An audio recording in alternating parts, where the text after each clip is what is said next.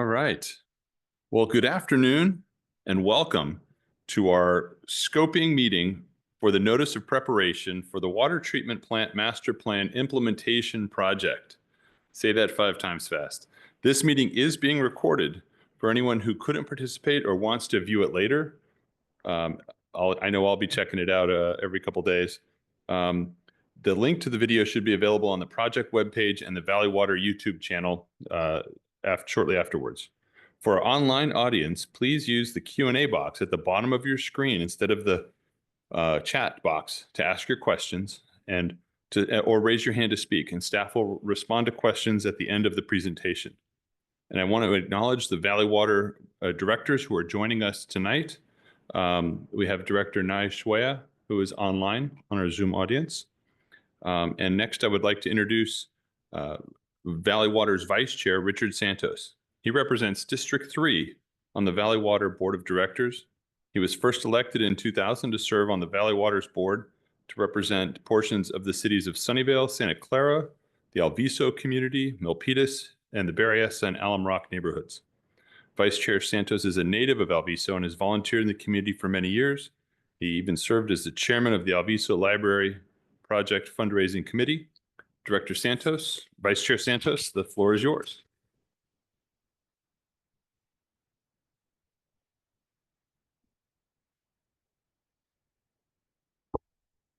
Well, good afternoon, and thank you, Mike.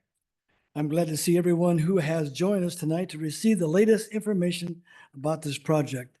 Of course, after a beautiful rain, we had a beautiful sun is out right now. So we love the water. Master planning is very important to an agency like ours because it answers 3 questions.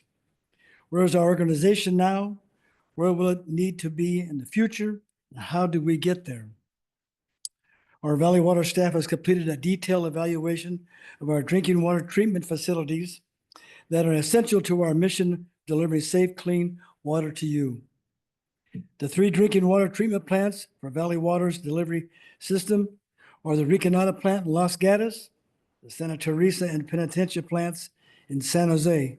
And by the way, the Penitentiary plant is in my district, and it's a 4-star. All of them are. We have identified several preliminary projects at these sites that will help us continue to provide the community with reliable facilities that can effectively serve the needs of Santa Clara County residents. You know, these 3 treatment plants never get enough credit. I've been on here close to 25 years, and 724 since I've been here, operating all the time. So our men and women are doing a really fantastic job, and we appreciate it. So I encourage your feedback and welcomes your questions and concerns to this presentation. I want to thank you and return to Mike and the staff. Appreciate it. Thank you, Vice Chair Santos. For today's presentation, Elise Latejou-Duran, Senior Environmental Planner, will talk first about the scoping meeting's purpose. We'll then hear from Barton Ching, a Senior Engineer, who will present the project background and components.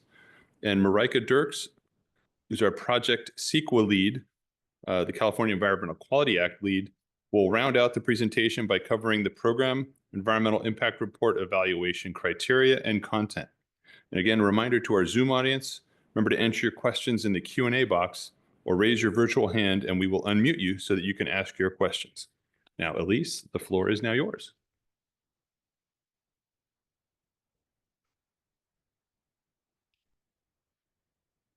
Hi, everyone, and thank you for being here. My name is Elise Latejou-Duran, and I'm a Senior Environmental Planner managing the environmental planning portion of the project. I would like to mention some of the acronyms that will be used during the presentation. CEQA will stand for California Environmental Quality Act. Program EIR will stand for Program Environmental Impact Report. And NOP will stand for Notice of Preparation. Why are we here?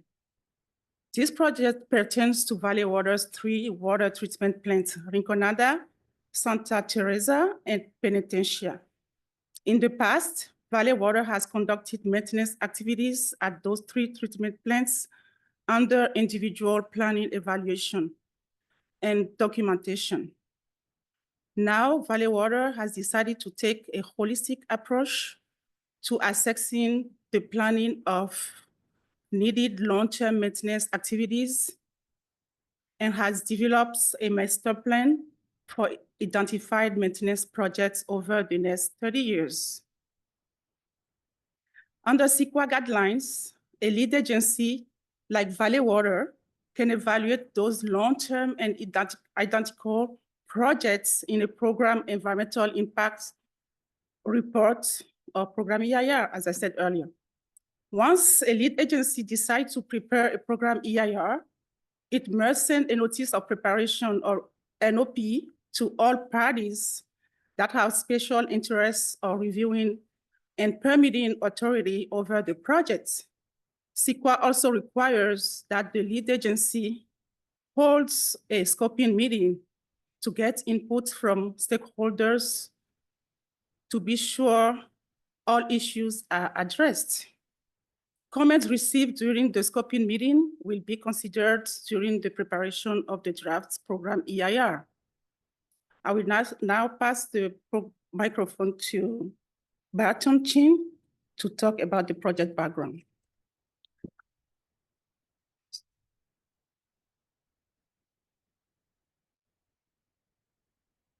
Hello, my name is Barton Ching. I'm the Valley Water Project Manager for the Water Treatment Plant Master Plan Implementation Project. And before I begin, I'd like to recognize some key team members who delivered this master plan project. Luz Pania, Assistant Officer of the Office of Integrated Water Management, James Bowen, Manager of the Asset Management Unit, and Miguel Silva, Associate Engineer from the Asset Management Unit. Also, Sarah Clark and Chris Cleveland from Corello Engineers were instrumental in the continuing development of this master plan. Okay, so now I'll be presenting an overview of the project. In the next 8 slides, I'll share some background on how the project started, and talk about why we do master planning, and give some more details about what types of projects are included in the master plan recommendations. Valley Water is a special district in Santa Clara County that manages groundwater pumping and its recharge.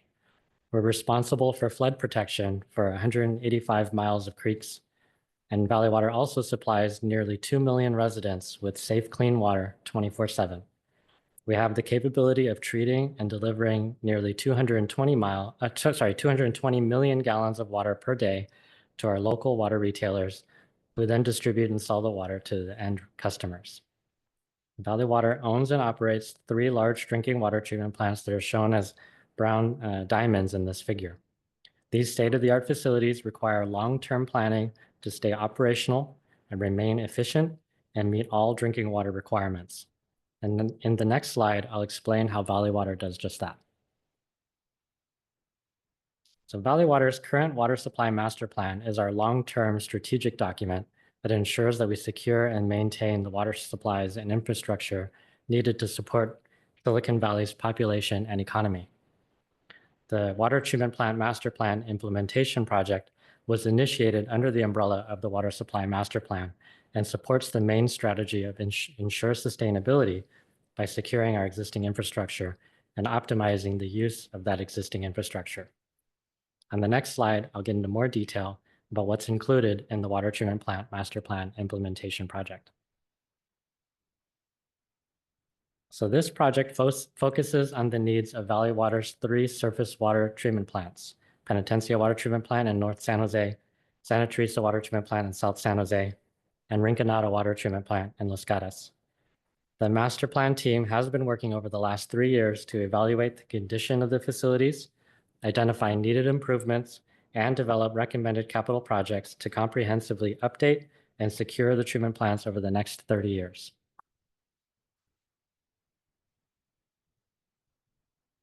Our 3 water treatment plants are shown on this timeline, beginning with their year of construction. The average life expectancy of assets and equipment at a treatment plant is about 35 years. So over the past 25 years, Valley Water has been implementing water treatment plant improvements projects stage 1 and 2 to extend the life of some of the plants, such as the Rinconada Water Treatment Plant Reliability Improvement Project. Similarly, Penitencia and Santa Teresa plants underwent water treatment improvement projects that overhauled major systems in the early 2000s, such as adding ozonation for disinfection. This master plan represents a new era of planning and investment, which builds on these upgrade projects and seeks to keep the plants running well into their second or third life cycles for the next 30 years. And you may be asking, how do we decide which systems need to be updated or replaced? And that's all explained in the next few slides. So in order to identify deficiencies or needed improvements at the treatment plants, we first had to establish project goals, categories like capacity, reliability, and water quality. So the objectives on this slide are ways that we measure how well the existing treatment plants meet our 2050 goals. And if they do not, then the project team developed capital project recommendations to meet those goals. And the goals were to reliably deliver 100% of our peak water demands through the planning period of 2050. When water demands dip in the winter, we identified reliability and redundancy improvements that would allow the plants to stay online and continue to operate at a lower capacity so that we can perform preventative maintenance. For water quality, we established objectives to continue to meet all drinking water regulations, including planning for contaminants of emerging concern like microplastics and PFAS, as well as to meet our customers' expectations for aesthetic qualities like taste, odor, and color. In the next 3 slides, I'll share more detail about what types of projects are recommended by the master plan. And as a note, over the next 3 slides, we show aerial photos of all 3 plants, but the work described is going to be similar at all 3 plants. So project goals and objectives were not the only drivers for new projects. Many of the components that were recommended for replacement are aging assets that need to be replaced or rehabilitated. Most of the work would be one-for-one replacements like pumps and motors and valves. Some treatment process areas are due for rehabilitation, but the work is expected to occur within existing buildings, and all work will remain within the existing fence line of the 3 treatment plants. Examples of improvement projects include redundant chemical storage to allow for enough storage to last during an emergency, as well as allow individual tanks to be drained, inspected, and cleaned while keeping the plant fully operational. Ozone disinfection systems are due for rehabilitation due to aging components. Filters and filter backwash systems need component replacements as well as redundancy improvements. Electrical isolation improvements will allow treatment plants to operate at reduced capacity while safely de-energizing components to allow for routine maintenance. And water systems that support treatment processes, chemical batching, water sampling, and potable use throughout the plant need to be upsized, updated, and rehabilitated. Lastly, systems that support the main treatment processes like solids handling and returning processed water for retreatment need reliability and redundancy built into them so they don't incidentally cause an unplanned outage of the entire plant. And all of these projects will have some expected construction activities. In my next slide, I'll go over what some of those activities include. So throughout the 30-year master plan horizon, we anticipate construction activities to include demolition or rehabilitation of existing structures, site clearing and grading, earthwork, geotechnical exploration and soils testing, new building erection and fabrication, as well as utility work such as electrical, plumbing, and heating, ventilation, and air conditioning installation. All right, next, I'll give the floor to Marika Dirks, who's our CEQA lead for our environmental consultant ESA. So Marika.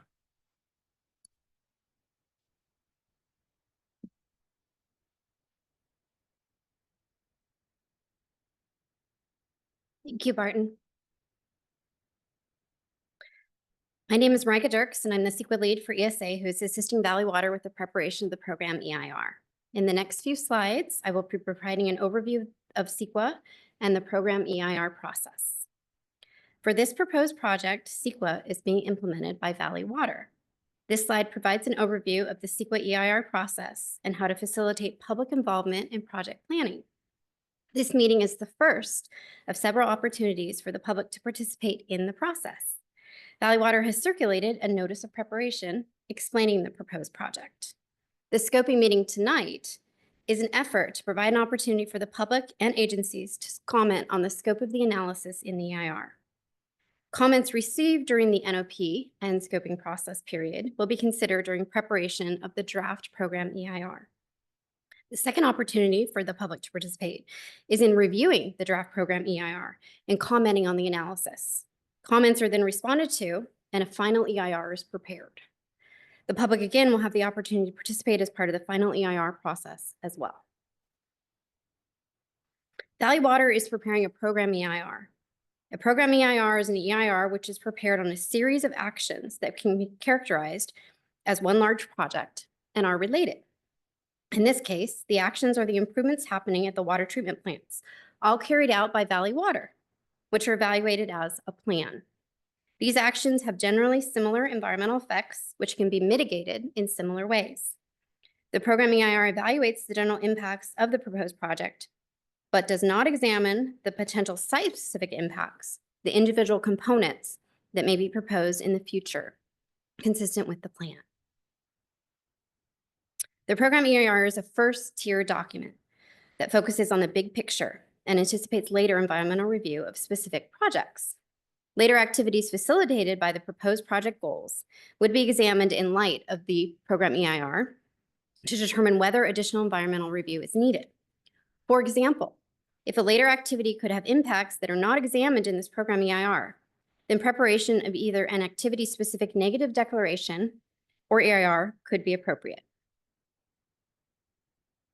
The program EIR is an informational document for the public. The program EIR will include a description of the proposed project, including the need, objectives, and overview of proposed project components. It will also include a description of the physical environmental conditions in the vicinity of the proposed project, i.e. the environmental setting. A discussion of the significant environmental effects of the proposed project will also be included, as well as identification of possible ways to minimize the significant effects. It will also include a description of reasonable alternatives to the proposed project.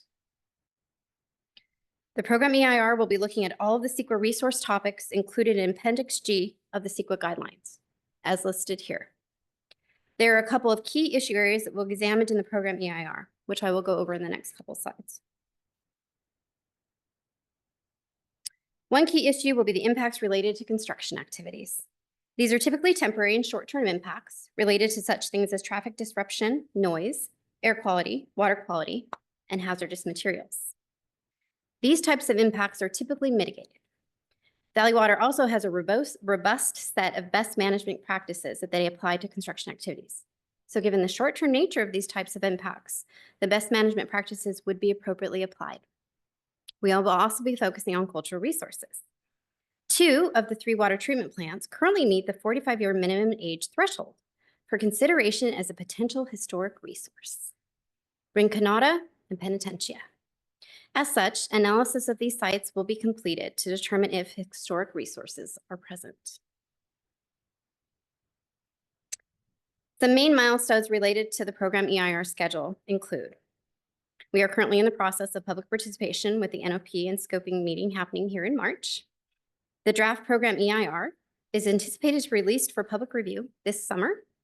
The final program EIR is likely to be completed by the end of the year. Then the program EIR will be brought before the Valley Water Board of Directors for consideration early next year. Just some reminders about the scoping comment process. The notice of preparation has been circulated. There's a 30-day public review period associated with that. So the due date for comments is 30 days from receipt of the notice of preparation, which is shown on this slide as April 3rd. Folks can provide comments to Valley Water either by mail or email. And just want to note that for your comments to be formally considered as part of the EIR process, it needs to be submitted via email or hard copy letter. Just a reminder again that the purpose of the NOP and scoping process is for the public to comment on the scope of analysis of the EIR. Thank you, and I will give the floor back to Mike.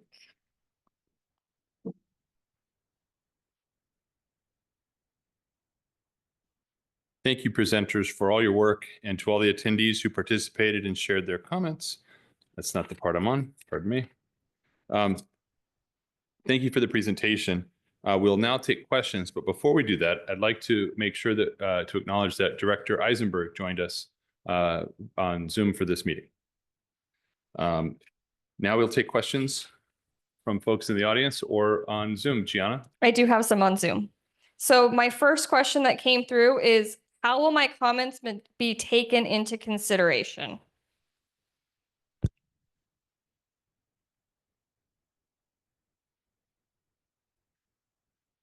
That's a good question. The notice of preparation and scoping meeting is one of the first opportunities for the public to participate in the program EIR process. Valley Water, as a lead agency for these projects and the CEQA process, will consider all submitted written comments and questions received within the 30-day period of the NOP scoping process comment period during preparation of the draft EIR. We also encourage you to send your comments via mail if you want it to be noted or otherwise. Thanks. Thank you, Elise. Gianna, do we have any others? Yeah, I do have a few. So my next one is, if these utility master plans will be reevaluated every 10 years for rolling 30 years, how will this program EIR cover these future master planning iterations?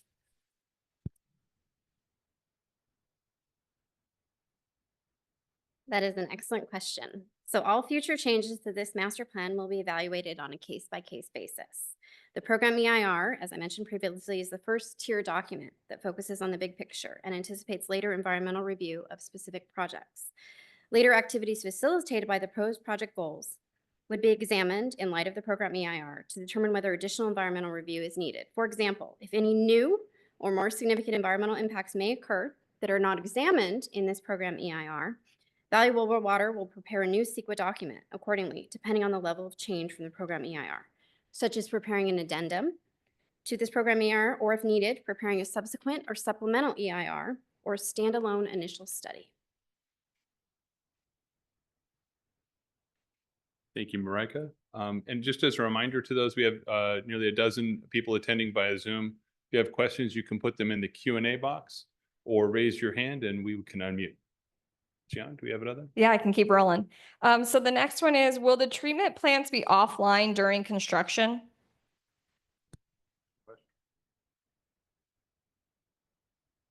Thanks. Yeah. So like I said before, we will plan to keep the plants online 24/7, though some impacts may cause partial shutdowns or planned shutdowns that will time during low flow winter. And we also work closely with our retailers to make sure that there are no impacts. The retailers have groundwater as a backup source. So there will be no water impacts due to the constructions. Thank you, Barton. Any in the room? Gianna? All right, my next one is, will the upgrades require Valley Water to expand beyond where the treatment plants currently are? Yeah. So currently we don't have any plans to go outside of the fence line, but their work within the treatment plants are planned to happen within existing structures. There may be some places where we need to, upgrade or expand an existing structure. So that's where I talked earlier about demolition and new construction, but all the work will stay within the extent of the fence line.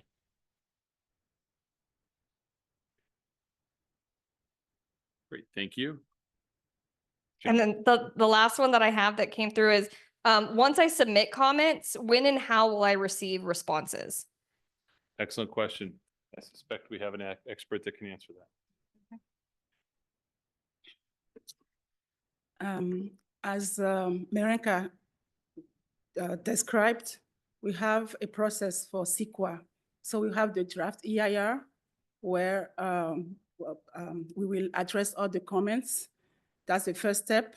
And then you have also another opportunity to comment on the document, on the draft EIR. And after that, we will incorporate all the comments received and compile the final EIR. So there are a lot of opportunities to comment. And with this NOP is to just give us some ideas about the issues that are of concern to the public, so we can incorporate that into the draft EIR.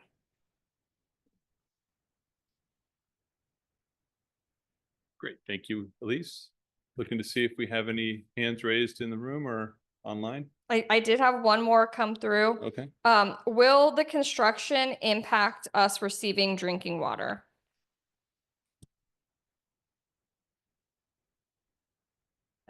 Like I said earlier, we don't expect any impacts to drinking water, but there may be, like I said before, a shift from if you're a user, you're normally used to getting surface treated water. If there's an impact to the surface treatment plant that serves your area and the retailer switches to groundwater, you may notice the change from surface drinking water to groundwater. But we don't expect outages due to this project. Thank you, Barton. Gianna? That was the last Okay, of them. that was the last question. Thank you. Terrific. Well, and if you'd like to be kept informed of this process, you can email the email address you see on your screen.